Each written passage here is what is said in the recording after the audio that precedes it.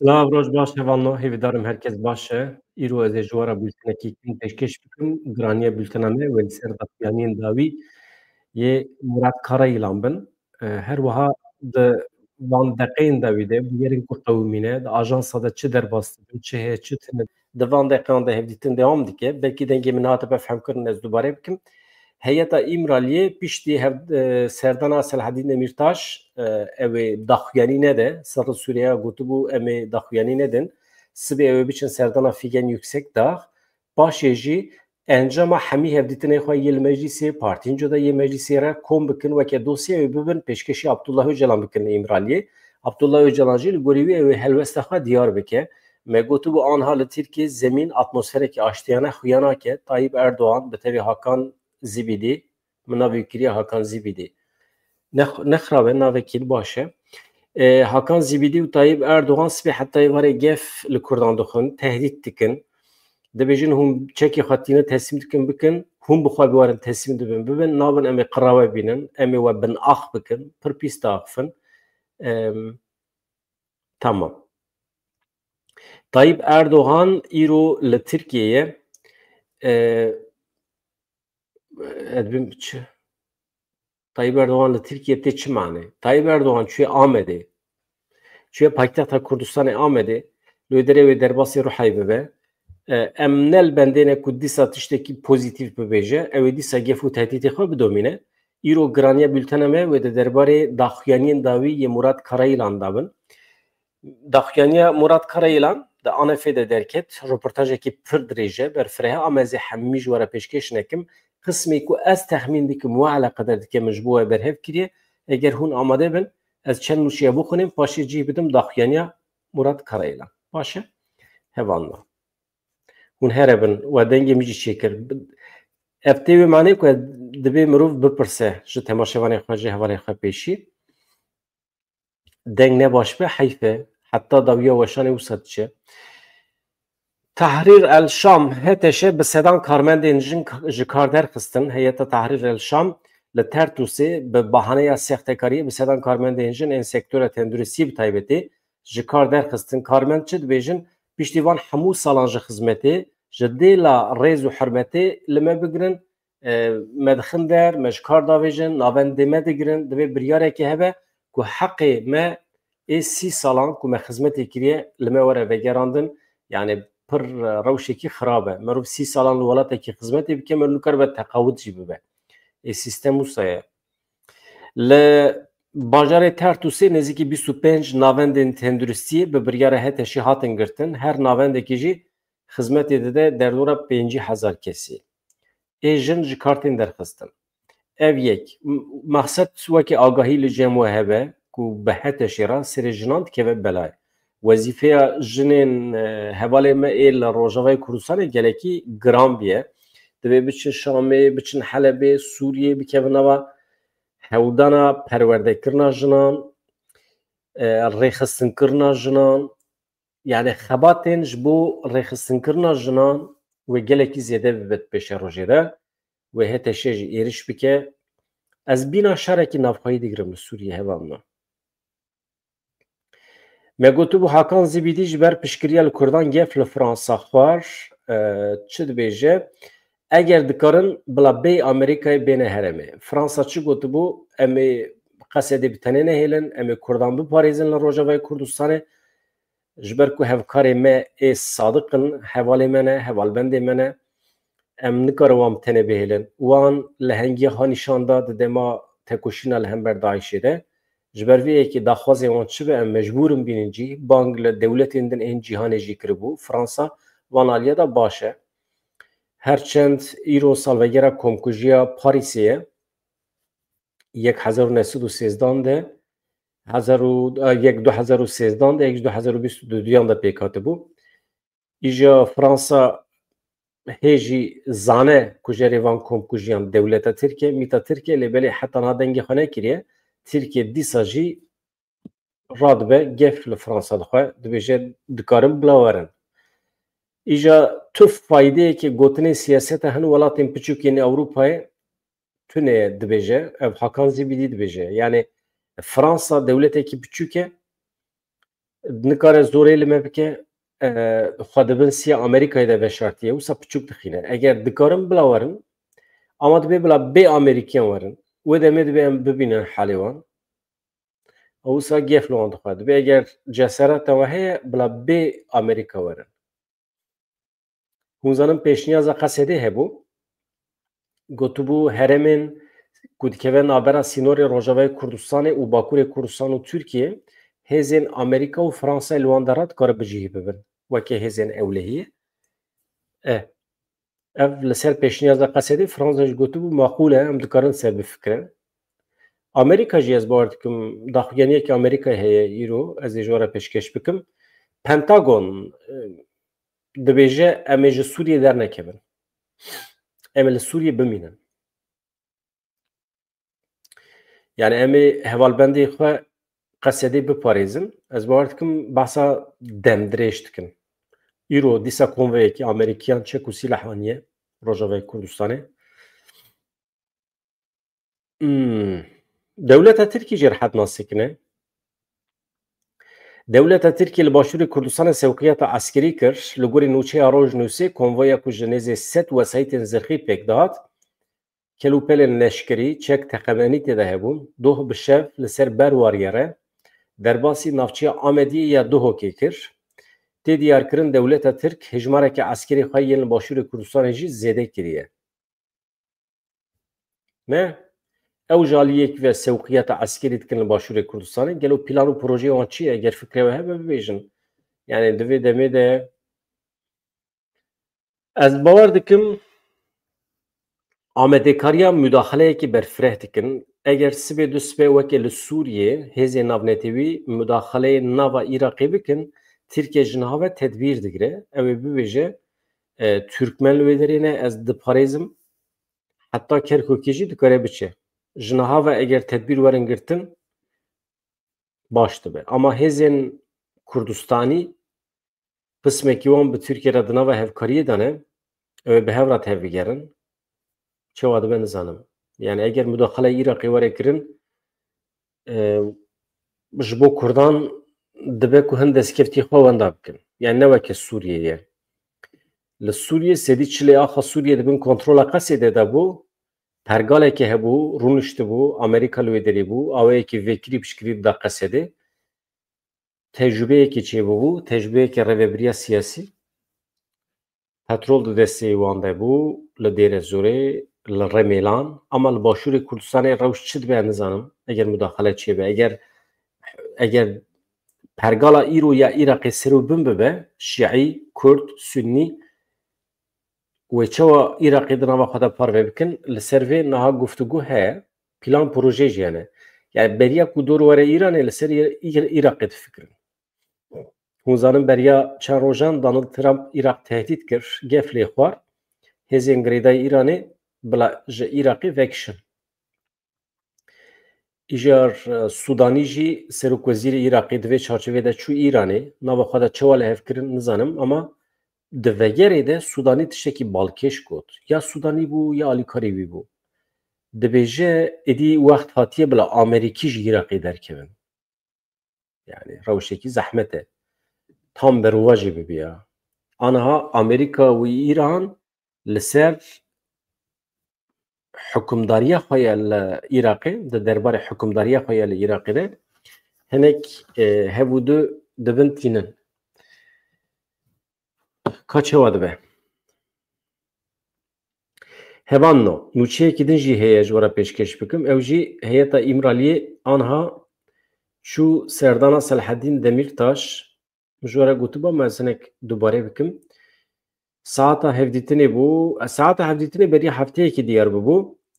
Heyeta İmraliyê di çarçoveyê hevdîtinê xwe yê li derve de çû serdana Selaheddîn Demirtaşî îro saet di sêzdan de li gorî saeta Tirkiye yani saet 11 de pêk hat heyet ket rê ama hevdîtin aniha dest pê kiriye. Hê bi dawî nebiye. Ha di nava bültenê de hevdîtin bi dawî bibe jî ew ê daxuyanî nedin. Çünkü Selaheddîn Demirtaş çi bibêje jî ew ê ji raya giştî re neyê parvekirin. Çünkü figen yüksek dağ jî heye. Ew ê biçin bi wê re jî hevdîtin çê bikin. Paşê komple tiştê ku hatine axaftin ew ê bibin İmraliyê pêşî باشه. والحاصل و vê meselê dizanin ama ez bawer nakim Selhedîn Demirtaş tiştekî berûva jî bibêje. Ew ê bibêje partiya min çi dibêje, ez piştgirî didim partiya xwe, qestewî Dem Partiye ye û baweriya min heye bi hevalê min bawerî heye. Çû baweriya wî tu cara bi aliyê dewleta Tirkiye tune, bi Tayyip Erdogan tune ye. Baweriya wî tenê bi hevalê wî heye. Kesekî jî li gor berjewendiyê dewleta Tirkiye nafikire, tev nagere. Pêvajiyekî pir zehmet e hevalno. Mesela pir rehet e. Ez jî aniha YouTube çê dikim, ez Distêk TV'de de bername çê dikim. Canan tê ez jî hêrs dibim. Li piştî wan gef û tehdîtên Tayyip Erdogan û Hakan Zîbîdê merûv hêrs dibe tevî. Rojnamegerên Tirkiye temaşe dikî di yek hevokekî xwe de mêrik dikare pênc cara bibêje terorîst başe. Mesela rojnamevanekî. Yani nizane gotina wî diçe heta ku derê. Nizane belkî zane bizanebûn dike. Gotina wî bandor li civakê dike. Zemîna ku ji bo aştî hatiye amadekirin hemî serûbin dike, xirab dike. Dê di zimana em jî dikarin bêjin. Mesela ez dikarim bêjim serkeşê terorîstan Tayyip Erdogan dikarim bêjim. Ez dikarim bêjim dewleta faşîst û qirker û kujer û terorîst dewleta Tirkiye. Tim dikarim bibêjim. Fakat ne çare ye? Ne çare ye? Yani tu sibî heta êvarê tu bibêjî terorîst Tirkiye jî ne çare ye? Tu mecburî bi van insanlara bi şiklekî li ser zemînekî werî cem hev. Tu mecburî li hev bikî ama çawa li hev dikî? Ha hêz û quweta te hebe tu wana bikî der ji ser xaka xwe ji welatê xwe rast e. Ama hêz û quweta te tune ye. Tu mecburî bi wana bidî bistînî li hev bikî. Çawa li hev bikî? Tu ê bibêjî temam di çarçova Tirkiye'de bila heqê me netewî wekî hev be. Ya ji vê jêrtir nabe. Yani nabe yani. Ya tu nikarî bêjî bila Tirkiye, Tirk milletekî serdest bin, ême jî bila zimanê me hebe bes e. Ne wisa ye? Mafê netewî xwezayî ye. Tu netewekî din nikare mafê netewî ê netewekî din bigire, gesp bike, destayîne serê qedexe bike. Yani tiştekî wisa dibe? Yani kîjan Kurd dikare were ji me re bibêje heqê xwe nexwazin. Xweserî nexwazin. Xwe bi xwe rêve nebin. Bila Tirk werin we rêve bibin. Tiştekî wisa nabe yani. Îja hevanno. Bafıl Talebanî jî aniha di nava xebatên avakirina hikûmetekî de ye bi pedekê re. İşî wan jî zehmet e. Hilbijartin ha derbas bû, pedekê bû partiya yekem, yenekê bû partiya duyem, hê jî di nava xwe de hikûmet saz nekirine. Serokê Yekîtîn Niştimanê Kurdistanê yenekê Bafıl Talebanî dibêje, divê li Tirkiye, divê li Sûriyê mafê hemû aliyan bi taybetî jî mafê gelê Kurd werin parastin. Serokê yenekê Bafıl Celal Talebanî li Bexdayê bi Serokkomarê Iraqê Doktor Letîf Cemal Reşîd re civiya. Di civênê de rewşa Iraqê mûçeyên karmendê Herêma Kurdistanê hatin guftûgû kirin. Hate destnîşankirin ku divê maf berjewendî faydeyên Herêma Kurdistanê nekevin nava nakokî û pevçûnan. Di civînê de giringiya aramiya Sûriye, giringiya aramiya herêmê jî hate nîqaş kirin. Talebanê da zanîn divê li Sûriyê mafê hemû aliyan bi taybetî jî mafê gelê Kurd bêne parastin. Wî di derbarê aramiya herêmê de jî got muhîm e, giring e em tekîlên xwe bi hevalbendê xwe re xurt bikin. Qesta Tirkiye gelo hevalbend. Bafıl Talebanê dubare kir ku li gel guherînên li herêmê divê serkirdayên siyasî yên partiyên li Bexdayê beriya diyalogekî avakar yani baş pozîtîf bixebitin da ku aramiya herêmê pêbendiya bi destûra Iraqê were garantî kirin. Ev jî peyama Mazlûm Abdî heye, Mazlûm Kobanî, generalê Kurdan. Mazlûm Kobanî bang li Donald Trump kir, xwest ku hêzên Amerîkayê li Sûriyê li Rojavayê Kurdistanê bimînin. Fermandarê giştî hêzên Sûriya Demokratîk Qesedê Mazlûm Abdî rûdanên dawiyê ji The Guardian re nirxand. Mazlûm Abdî bang li Serokê Hilbijartî Amerîkayê Donald Trump kir, jê xwest ku hêzên Amerîkayê ji Sûriyê ji Rojavayê Kurdistanê venekişin. Mazlûm Kobanî diyar kir ku vekişîna hêzên eger çê bibe wê rê li ber xurtbûna Daişê veke.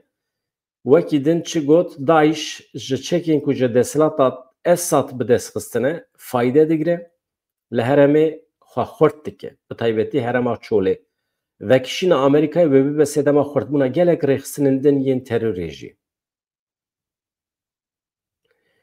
Mazlûm Kobanî destnîşan kir hêzên Kurd dibin zexta dewleta Tirkiye û çekdarên girêdayî wê de zextekî mezin li herêmê dikin. Hebûna Amerîkayê li qadê faktora sereke ya aramiyê ye. Vekişîna leşkerên Amerîkayê dê bibe sedema xurtbûna gelek rêxistinên terorê, bi taybetî jî dê bibe sedema vejîna Daişê.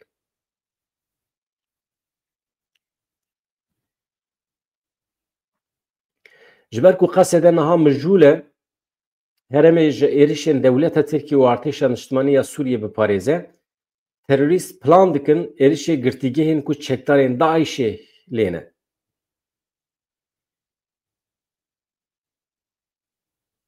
Yani plan kirine êriş bikin ser girtîgehên ku çekdarên Daişê li wan de re girtîne, yani hevalên wan li wan de re girtîne. Dewleta Tirkiye jî eynî tiştî dixwaze. Dewleta Tirkiye pêşniyaz kiribû ku qesede xwe belav bike, niha armanca wan ew e. Di vê pêvajoya li Tirkiye de jî armanc ew e. Qesede YPG, YPJ, heta hêzên li Şengalê, Maxmûrê, li ku derê hemî hêzên Kurda ku derê hene, hemî xwe fes bikin, xwe belav bikin. Qesede jî tevlî artêşa normal asayî a Sûriyê bibe û hebisxane ev girtîgehên li Rojavayê Kurdistanê yên ku Daişî tê de ne jî teslîmê HTŞ bikin. Yan jî teslîmê çetên dewleta Tirkiye bikin. Çi xweş. Hemî hevalê hevin ya xizm û eqrebeyê hevin, pizmamê hevin. Yek ji wan nava qesedê mîna çi? Mesela li cem me Kurdan YPG qesede û hemî rêxistinê din hene, em nêzî hevin. Pizmamê hevin, birayê hevin, yek wê derê de cih digire, yek wê derê de cih digire. Ê me çawa wisa ye, ê wan jî wisa ye. Mesela SUMO, ÖSO, HTŞ, El-Kaide, El-Nusra, hemî komên din ên çete Daeş, vana hemî xizm û eqrebayê hevin, nava hevdane. Heqeten veya ne ji bo propaganda dibêjim. Yek tu nêrî du salan nava Daişê de maye, derbasî HTŞê dibe. Ne problem e. Wezîfa wî li wê derê derketiye. Ya pêdiviya me bi propagandayê tune hevan em nakim yani. Îjar ez rica dikim ji hevalê me ê Twitterê. Edîse war. Na min di Twitterê de di X'ê de jî rûpel vekiriye hevalê me ê li wê derê min me gudarî dikin, ez ji wan rica dikim werin ser kanala me ya YouTubeê, bedran dere lêxin hûn dibînin. Werin hem bibin abone û hem jî li me temaşe bikin. Rojê carekî du cara em weşana zindî çê dikin bi vîya wê. Carna jî vîdeoya parve dikim. Îja eger hûn werin di vîdeoyê de me temaşe bikin di YouTubeê de baştir e. Eger hûn neyê jî mala we ava, hûn werin jî mala we ava. Hûn çi dikin? Ez X'ê bigirim ya negirim? Eger hûn bêjin X'ê bigire bila hemî kes werin ser YouTubeê, ez dikarim bigirim. Ama hûn bêjin na, hurmet nîşanê xelkê bidin, xelk çawa dixwaze bila wisa bikin. Çi bû deng? Te basa deng kiriye Alî Çelîk. Deng çû dîsa? Deng baş be ji min re bêjin ji kerema xwe re. Hûn ji bo mesela dengê ji min re bibêjin, eger deng baş be ez dewam bikim. Deng ne baş be ez kontrol bikim. Hevan na. Ez dibêjim deqekê ez çima ji we dipirsim. Ez vê derê heh, dengê xwe ji vê derê kontrol dikim. Îja baş e. Niha daxuyaniya Murat Karayîlan heye, ez bu ara parve bikim hevanno. Bila ser tweetê be, hevalên ser Twitterê ez nagirim. Bila li wê derê bin. Kî bixwaze ser Twitterê, kî bixwaze dikare were YouTubeê. Eger hûn werin YouTubeê me bişopînin, heqeten kêfxweş dibim. Çunke dixwazim hûn bibin abone jî, hûn bibin temaşevanên daîmî. Îja Abdî destnîşan kir Mazlûm Kobanî hêzên Kurd dibin zexta Tirkiye û çekdarên girêdayî wê de ne hebûna Amerîkayê li qadê faktora sereke ya aramiyê ye vekişîna leşkerên Amerîkayê ve bibe sedema xurtbûna gelek rêxistinên terorê bi taybetî jî dibe sedema vejîna Daişê. Ji ber ku qesê de niha mijûle herêmê ji êrişên dewleta Tirkiye û artêşa ÖSO rizgar bike nikare zêde bi Daişê re eleqedar bibe. Li gorî Kobanî divê Trump metirsên ku wê ji vekişîna hêzên Amerîkayê derkevin fehm bike. Êrişên dawî yên li Amerîkayê amaje bi êrişa sersalê ya New Yorkê New Orleansê nîşan didin ku metirsiya terorê zêde dibe. Wekî din Mazlûm Kobanî çi got General Mazlûm rêveberiya Biden hewl dide di navbera Tirkiye û rêveberiya Xweser de navbênkariyê bike. Wekî din çi heye balkişan ser vê yekê ku aramiya herêmê girêdayî mayîna hêzên Amerîkayê ye viya me ji we re gotibû vekişîna hêzên Amerîkayê bi rewşekî tevlihev derbixe li herêmê. Wekî din çi dibêje Mazlûm Abdî got qesê de ne tenê ji bo gelê xwe ji bo welatên Ewropayê jî li dijî Daişê şer kir. Hevalbendên Ewropayê wê dev ji koalîsyonê bernedin. Wezîrê Karê Derve yê Tirkiye Hakan Fidan roja îniyê gotibû eger daxwazê wan hene bi cîhanîn ew êrişa Rojavayê Kurdistanê bikin. Ev yek hevan niha daxuyaniyekî heye beriya ku ez behsa Murat Karayılan bikim daxuyaniya wî ya dawî ji we re bixwînim gelekî mühîm e. Yani dibêje eger dewleta Tirkiye wisa dewam bike gefan li me bixe hêz û quweta me heye divê me amadekarî jî kiriye em dikarin li Anadoluya navîn çalakiyên pir berfireh çê bikin em dikarin Tirkiye ser û bin bikin em dikarin zirarê bidin aboriya Tirkiye jî. Yani eger heval amade bin ez daxuyaniya Murat Karayılan bixwînim bila hemî werin kom bibin lê pêşî Wezareta Berevaniya ya Amerîka Pentagonê eşkere kir hêzên Amerîkayê wê li Sûriyê bimînin û dernekevin. Ev nûçeyekê nû ye.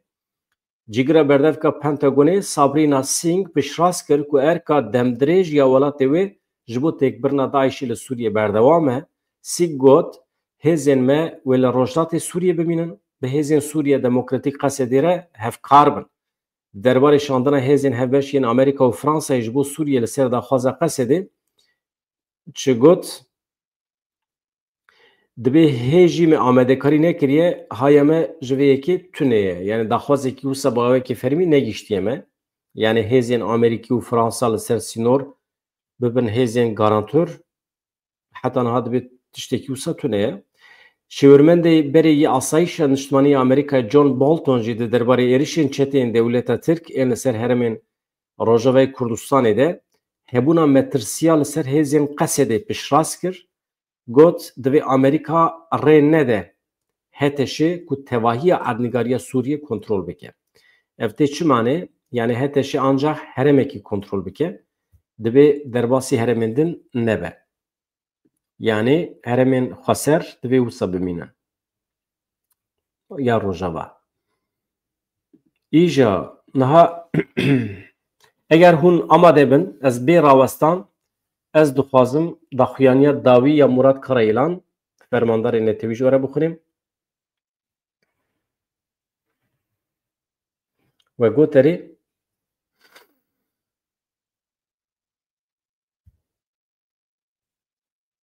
hevalê Twitterê jî bila ji wê derê guhdarîkirin nexeme.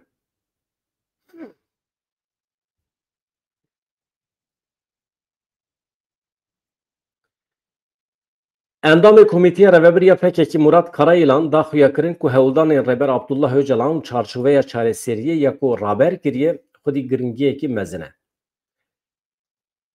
Herêm di dema jinûva dîzaynkirinê de ye.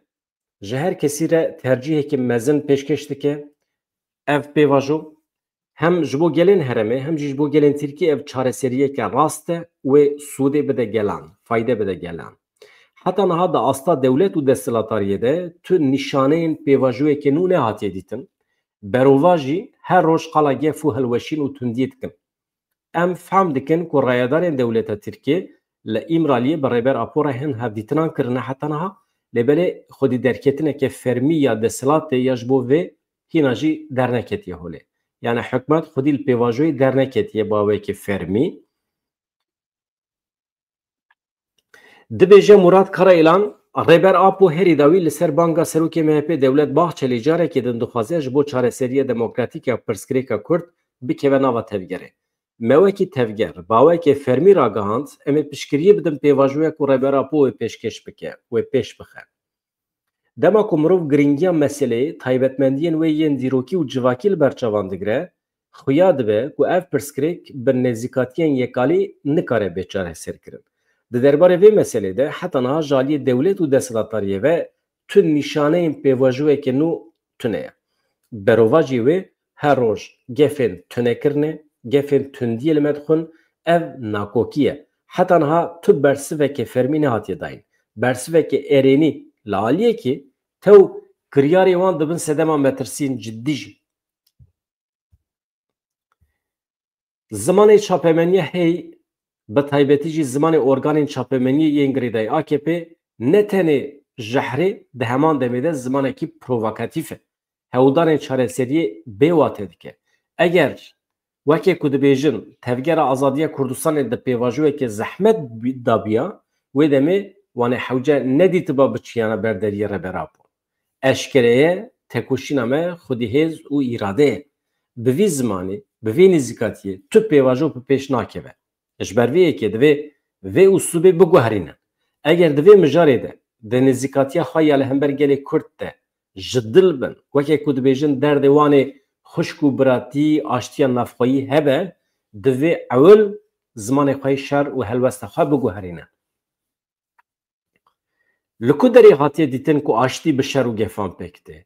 Beriya her tiştî pirsgirêka gelê Kurd a baweriyê ya li hember dewleta Tirkiye heye. Ewil pêdivî bi tedbîrên xurtkirina baweriyê heye. Divê dewlet pêşî bi helwest û zimanê xwe bawerî bide û pişra jî gavên pratik bavêje.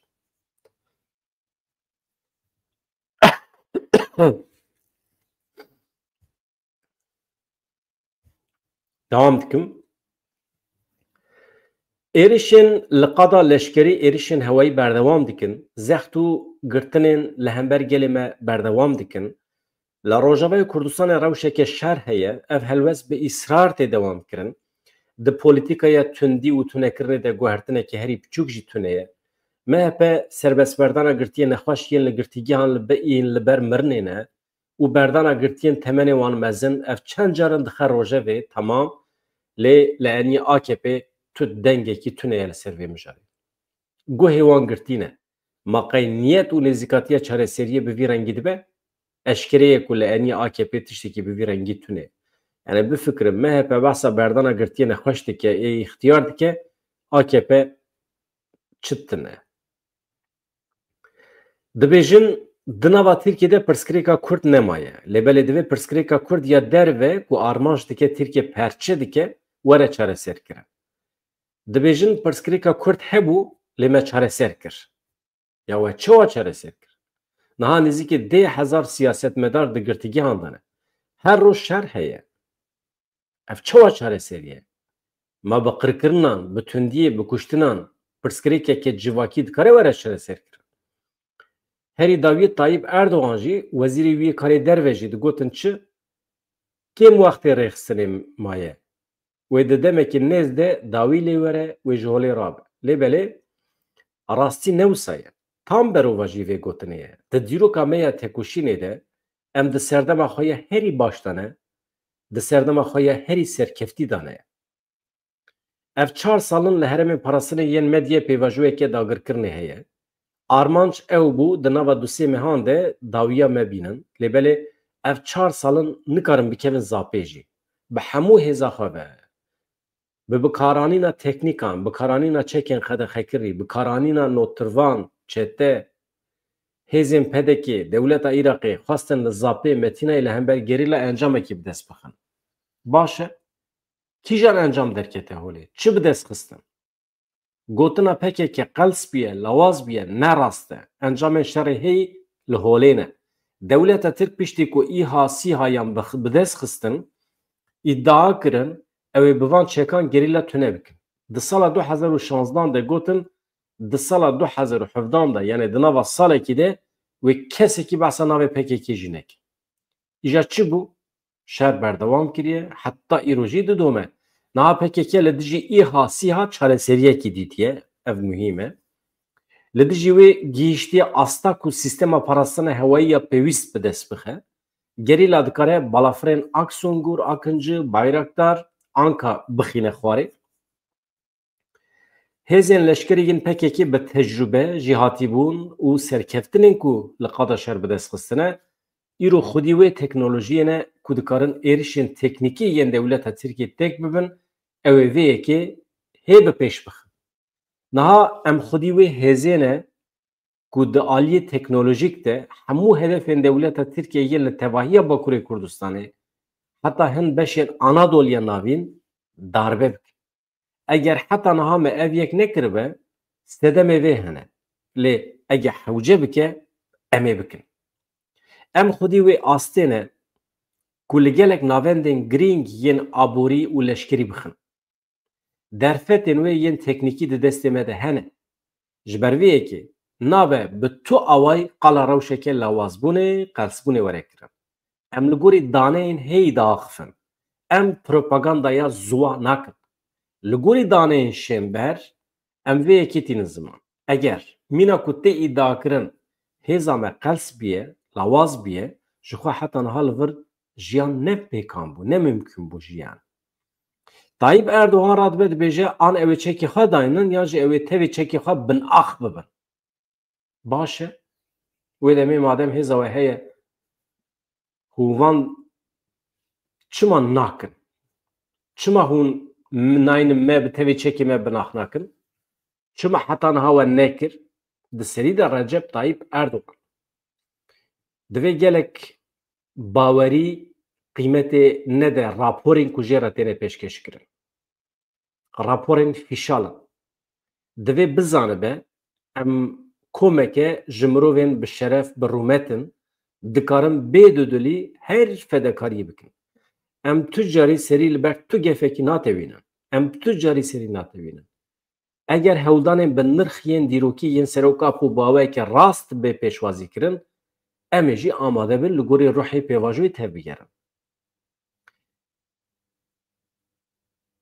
Li çavê her kesî dinêrin dibêjin me çawa we di xendeqan de bina ax kir, niha jî em ê we wisa binax bikin. Murat Karayılan basa gotinên rayedarên dewleta Tirkiye dike. Dibêje li çavê her kesî dinêrin dibêjin bê ku şerm bikin, yani suçên şer digirin ser xwe, dibêjin me çawa ku we di xendeqan de binax kir, niha jî em ê wisa we dîsa binax bikin. Di vir de bawekî zelal hovîtiya li Cizîrê zilma herî mezaniya dîrokê digirin ser xwe. Li Cizîrê çi qewimî bû? Tu kes di xendeqekê de an jî di ciyekê din de nehatibû binax kirin. Li wan jêrzemînan bi ser mirovên birîndar de benzîn rejandin bawekî saxî ew şewitandin. Yek ji hovîtiya sedsala bîst û yekan hatibû nîşandan. Erê niha li Xezayê jî komkujiyên bi aynî rengî hene. Lê tu ciyê me nebîstiye ku benzîn rejandine ser mirovên sax û ew şewitandine. Ama vana ev yek kirin. Mirovên me yên sivîl ên bêguneh, mirovên me yên bêparastin qetil kirin. Tenê doza wan ya xwedî derketina li ziman nasname rûmeta xwe bû. Li jêrzemînan di bodroman de jin, zarok, ciwan, kal, pîr bi saxî şewitandin. Niha jî xwedî li vê derdikevin, xwedî li hovîtiya xwe derdikevin. Bi hilweşandina rejîma Baas re li Sûriyê pêvajoyeke nû dest pê kir, ne tenê li Sûriye li tevahiya herêmê Filîstînê, Lübnanê ji nû va dîzaynkirina herêmê derketiye holê. Divê Kurd jî di nava vê de ji nû va dîzaynkirinê de werin ciyê xwe bigirin, bixebitin dewleta Tirk ji vê yekê gelekî bifikar e. Yani di nava tirs û panîkê de ye. PKK em yani divê demê de gelek vebijêrkên me hene. Yani gerek rêyên alternatîf li pêşiya me hene. Li pêşiya me firsendên pir mezin hene. Dewleta Tirk vê dizane. Lê ji raya giştî ve dişêne. Ji ber ku vê dizanin pêdivî dîtin ku tecrit izolasyona ku ev 4 salın li İmralı'ya benaver didome henekî sivik bike. Murat Karayılan divê derê de dixwaze çi bêje? Dibêje wekê PKK divê demê de gelek vebijêrkên me hene. Yani gelek rêyên cuda li pêşiya me hene. Seçenek. Li pêşiya me firsendên pir mezin hene. Bahsa meseleyên siyasî dike. Dewleta Tirk haya wî heye ji vê yekê lê ji raya giştî vedişêre. Ji ber ku vê dizanin pêdivî dîtin ku tecrit izolasyona ku ev 4 salin li İmralı'ya benaber didome henekî sivik bikin. Yani ji bo ku Kurd nikaribin fayde bibînin ji van firsendê ku derketine pêşiya wan çûn xwavetin ber deriyê İmralı were me xilas ke, were çareyekê bibîne em birane ama problem çi ye? Dewlet vê yekê dike, dewleta Tirkiye vê yekê dike ama hikûmeta Tirkiye, Tayyip Erdoğan ez dibêjim qey vê yekê naxwazin. Qayyum tayin dikin, davêjin ser şaredariyên Kurdan, dîsa jî komkujiyan pêk tînin li Rojavayê Kurdistanê, êrîşan dikin, suîxastan pêk tînin. Yani pir alîgirê çareseriyên ne Tayyip Erdoğan ji ber ku xwe ji kaosê xwedî dike lewma ye. Çareserî çi ye be Tayyip Erdoğan ji menfaetê dewleta Tirkiye zêdetir, menfaetê xwe û partiya xwe difikire.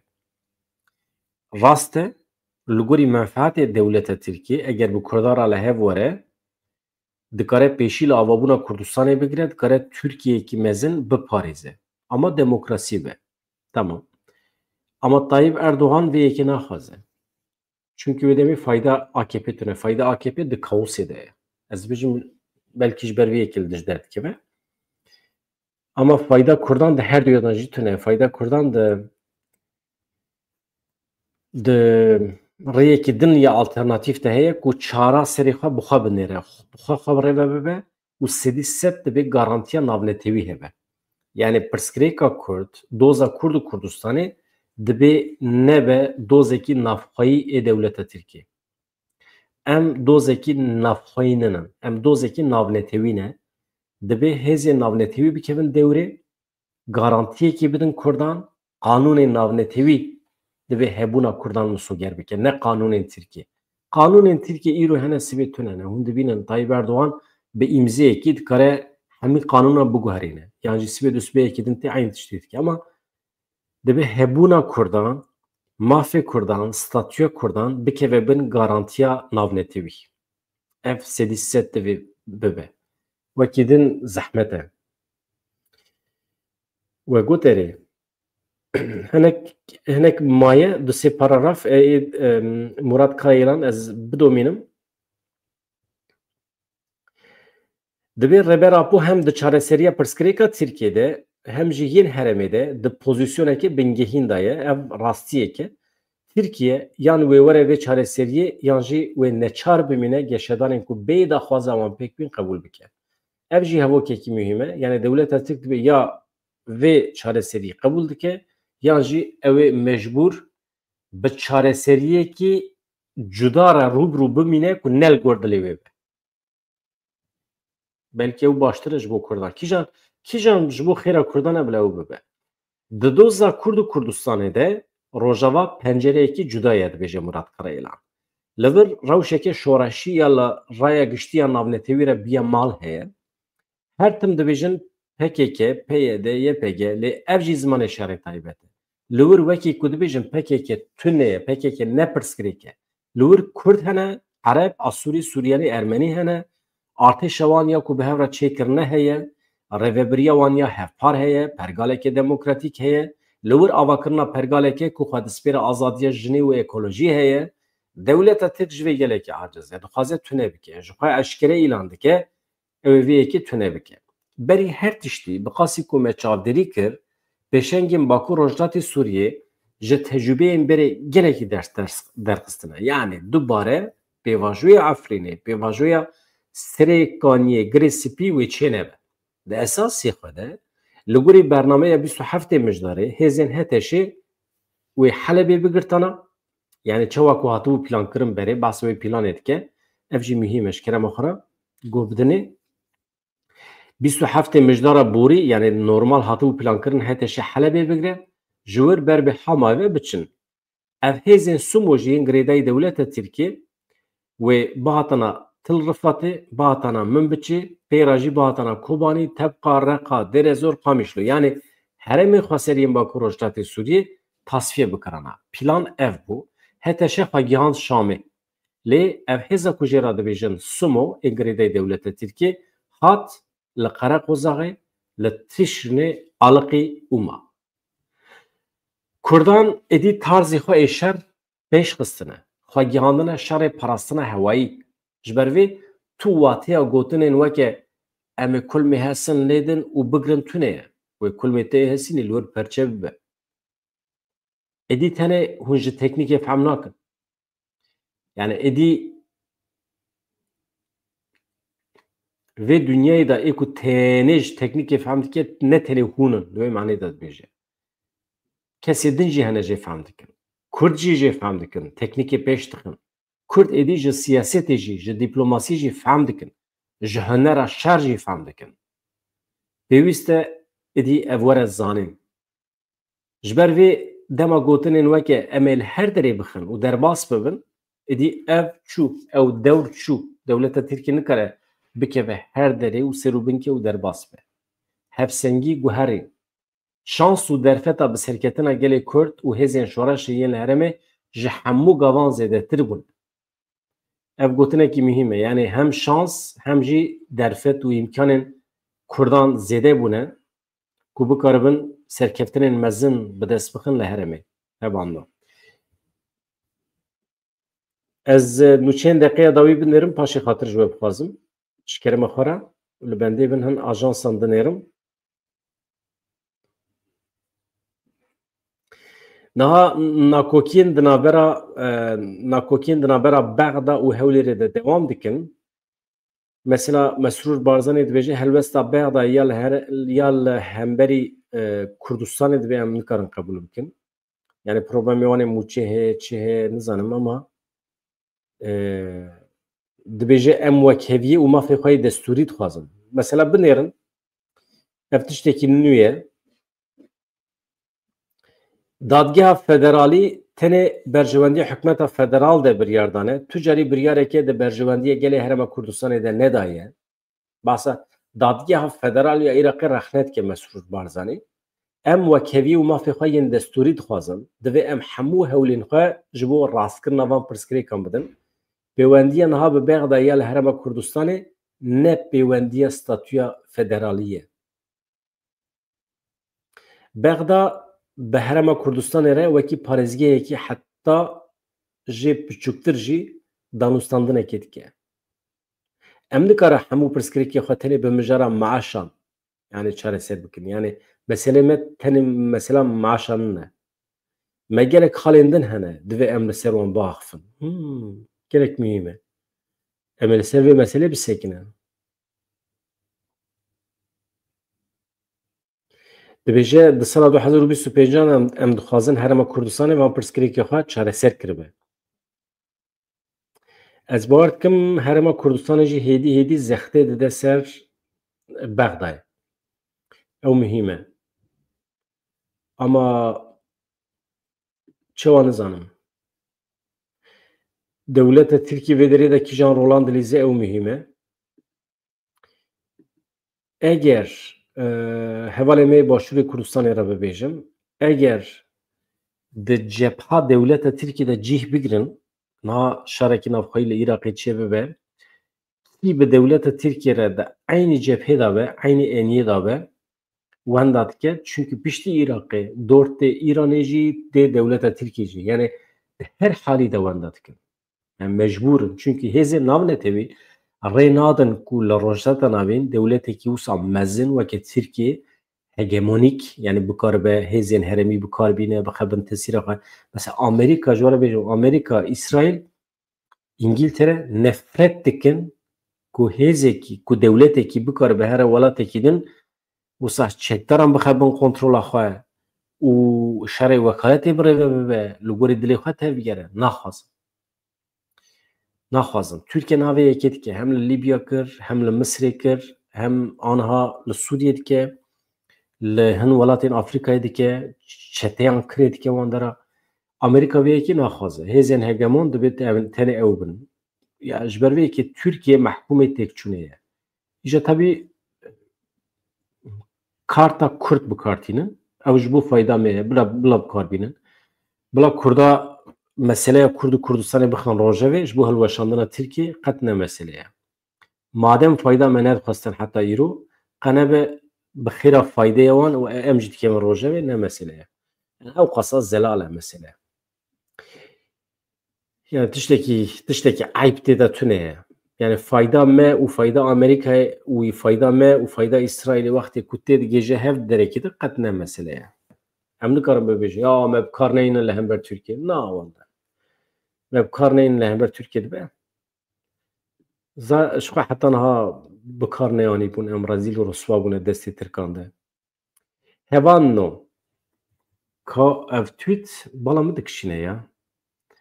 Hûn çima ji tweetê nayên ka hevdîtina Serhedîn Demirtaş çawa bû ez lê wî jî binêrim.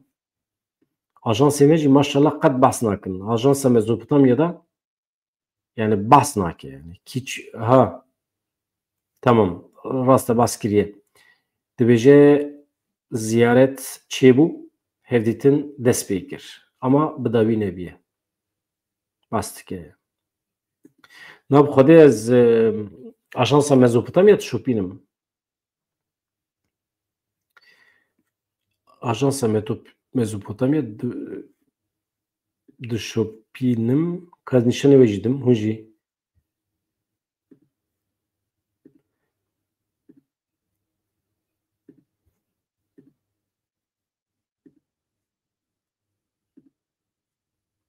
ka em bidêrin çi bîye?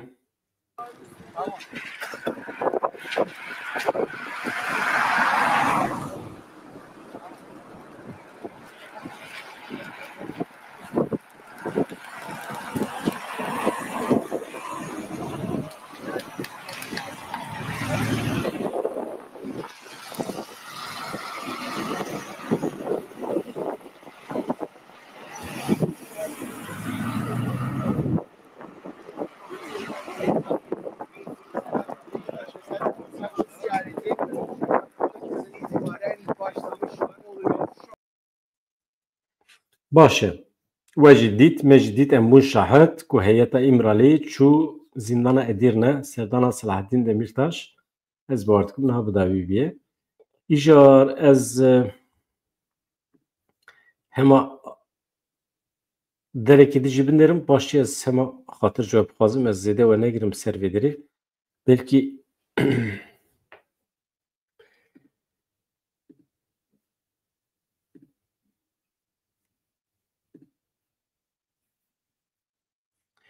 derdora bendava tîşinê bi giranî niha tê topbarankirin di van deqeyan de hevan nû hûn zanin bendava tîşinê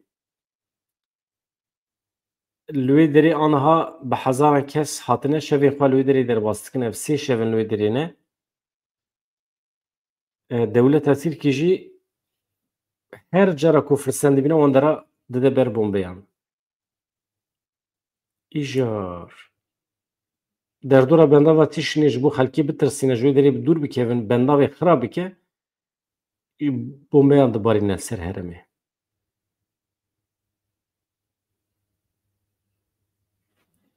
Tekilî erebeya bombebarkiriya li Helebê ew çi ye acaba? Erebeyekê bombebarkirî Qesedê diyar kir ku nûçeyê Ajansa Sanayê ya ku dibêje erebeyekê bombebarkirî ji herêmên Qesedê derbasî Helebê bûye ne rast in. Qesedê ragihand ku ji bo rastiya bû yerê were eşkerekirin em amade ne bi rêveberiya li Şamê re hevkariyê bikin. Provokasyonekî heye. Ji herêma Qesedê erebeyekê bombebarkirî dişîne Helebê. Ya çi zekî ne, çi baqil in. Hakanê Zîbidî dikeva nîşa. Hakanê Zîbidî erebeyekê bombebarkirî dişîne Helebê di nava xelkî de ew biteqîne paşê bêje Qesedê şandîz. Xelkê dixin şûna ehmeqan. Ajansa Sanayê ragihand ku li Helebê erebeyekê bombebarkirî hatiye tespît kirin. İddia kir ku erebe ji herêmên Bakur Rojdatê Sûriyê yên dibin kontrola qesedê de hatiye em teqez dikin ku ev tewambarkirin şaşin xwe nas pêre tu delîlên rast yani dibe em amade ne bu ara lêkolîn bikin bixebitin ka erebeş Kurdê hatiye çawa çêbiye yani tiştekî wisa em bikin ji xwe yani çima em bikin ya ehmeqin bina. Baş e ka we çi gotiye we çi nivîsiye nizanim.